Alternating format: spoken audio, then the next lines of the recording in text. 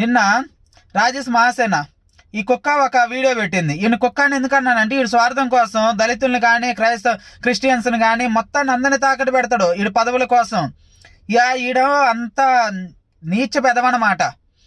ఈ కుక్క ఏం మాట్లాడిద్దంటే దళితుల గురించి ఇప్పుడు కోనసీమ జిల్లాలో రెచ్చగొడతా ఒక బ్యానర్ పెట్టారు కదా, దాని గురించి ధర్నా ఎందుకు చేయలేదని చెప్పి ఈయన కొంతమంది అడిగారంట.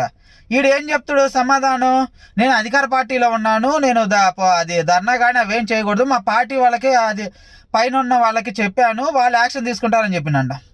అరే ఒక పార్టీలో ఉన్నప్పుడు ధర్నాలు అవన్నీ చేయకూడదు, ఓకే నువ్వు పార్టీకి కట్టుబడి ఉండు. నువ్వు పార్టీ తరపున మాట్లాడేవాడి పార్టీ తరపున మాట్లాడు. మరి దళితుల గురించి ఎందుకు మాట్లాడుతున్నావు?